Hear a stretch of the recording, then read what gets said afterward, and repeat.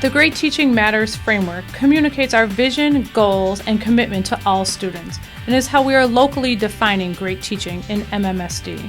At the center of great teaching are 6 culturally and linguistically responsive practices that support our continual strive for equity and excellence.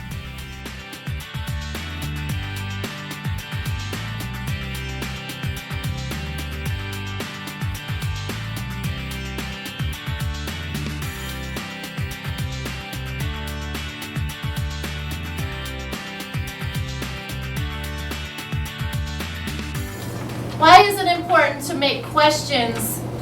How does that help us? How does that help us to make questions? Clap once. When we read, how does that help us?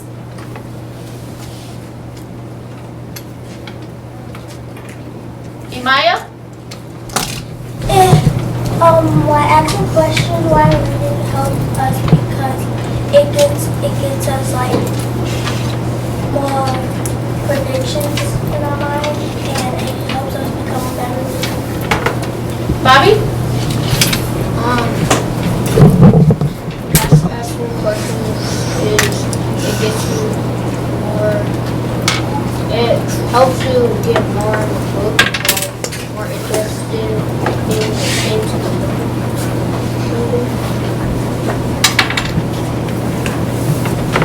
Okay, so it helps us get more into the book, it helps us get curious, it helps us think about what we want to know and think about what we've learned.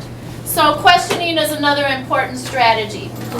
Who is going to answer the question, should your name get called from the equity cards? Look at your partner right now and decide who is going to be the one to speak in your partnership, should your equity card get called. What are some of the text features that you'll see in like a one page? Think about a nonfiction book, a real book. What are some of the features that you'll see on a page?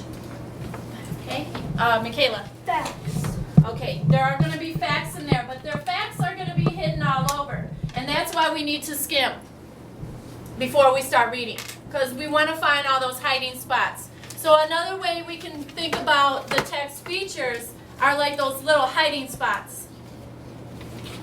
Right. Okay, so where are those hiding spots? What are the text features that are in a nonfiction text? Okay, is this getting you in the mindset? What are some other things that might be found in a nonfiction text? Jairus? Captions. High five from afar. Where are the captions found, Jairus? Usually like around a picture. Exactly, around a picture. Okay, anything else? The facts tell a true story. But we're discussing how to get the true story out.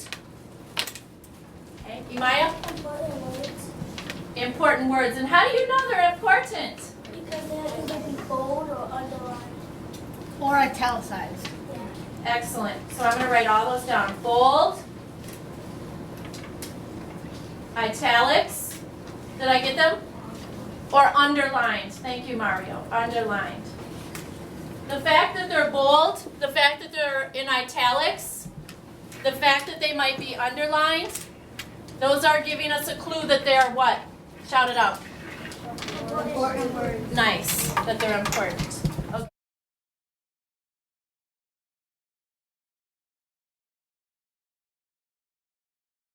We've done, sometimes like we've front-loaded vocabulary. I don't know what the visual method is we've The been GLAD using. pictorial input chart.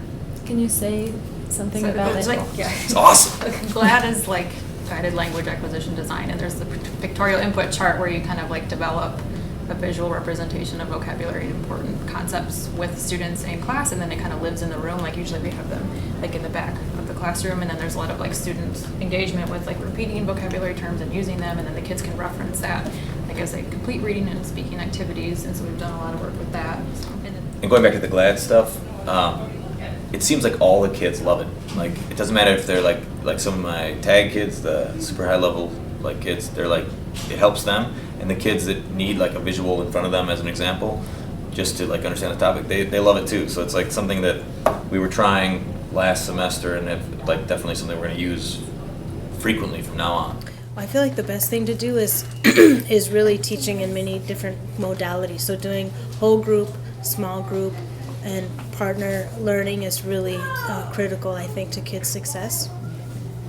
And particularly, I've seen partner sharing tends to really boost kids' learning in another language, because it's a very low-stress way to learn what you don't know about another language.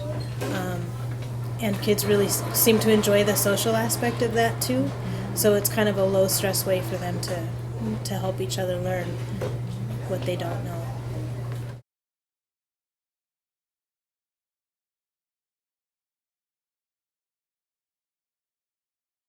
And then this year, we've started our like rolling vocabulary assessment that we do every 2 weeks. And so we took all the vocabulary terms from the entire unit of study, and then we randomly select 25 of them for the assessment. And then the kids go through the assessment, and like in the beginning, they haven't seen a lot of the terms, and it gives us a good like baseline of their general understanding of like science content vocabulary. And then we track their growth, like using a little chart thing throughout the semester, and hope that they show growth. And so then we have a good idea of this, like the students that are understanding the terms that we've covered, or the ones that aren't getting it.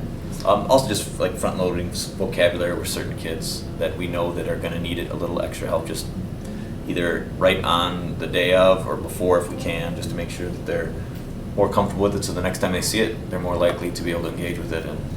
And we use videos and other things, Like little clips. Yeah. Or like we made like a fake news broadcast and Oh, yeah. just showed the different types of energy and like put an image with it, because some of the kids like water energy, they know what that is, but like biomass, and I'm like, what is that? Yeah. And so just like matching vocabulary terms with visual support.